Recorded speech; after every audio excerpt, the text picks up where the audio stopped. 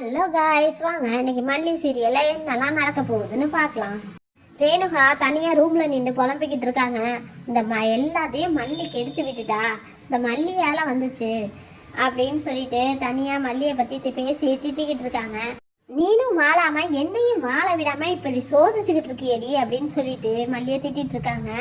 கதிரேசன் கிட்ட ஆட்டையை போடுறத முதல்ல போட்டுக்கணும் அப்படின்னு சொல்லி பேசிக்கிட்டு இருக்காங்க.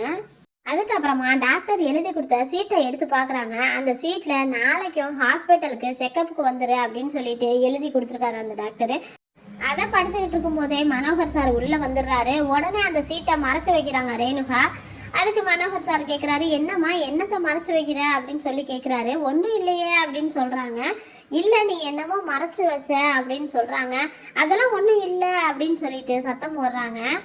அதுக்கப்புறம் மல்லு கட்டி ரேணுகாட்டேருந்து அந்த சீட்டை எப்படியாவது வாங்கி பார்த்துடலான்னு ரேணுகா கிட்ட வம்பு வளர்த்து சண்டை போட்டுக்கிட்டு இருக்காங்க. ரேணுகா உடனே அந்த சீட்டை எடுத்து பட்டுன்னு வாயில போட்டு வெண்டு முழுங்கிடுறாங்க. அதை மனோகர் சார் பார்த்துட்டு என்ன இவன் இப்படிலாம் பண்றா அப்படின்னு சொல்லிட்டு யோசிச்சுட்டு இருக்காங்க. மறுநாள் காலையில எல்லாரும் உட்காந்து பேசிக்கிட்டு இருக்காங்க. அப்போ கதிரேசன் சார் கிட்ட அங்கேருந்து மல்லி வந்து சொல்றாங்க, அப்பா இன்னைக்கு நம்ம ஹாஸ்பிட்டல் போக முடியாது அப்படின்னு சொல்றாங்க. அதுக்கு கதிரேசன் சார் ஏமா அப்படின்னு சொல்லி கேட்குறாங்க.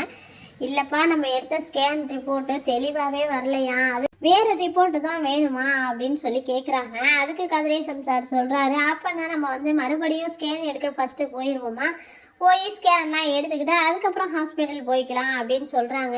சரிங்கப்பா அப்படின்னு சொல்கிறாங்க.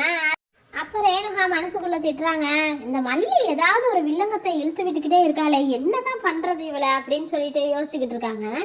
அதுக்கப்புறம் என்ன நடந்திருக்குங்கிறத அடுத்து வரப்போகிற கதையில் பார்க்கலாம். தேங்க்யூ.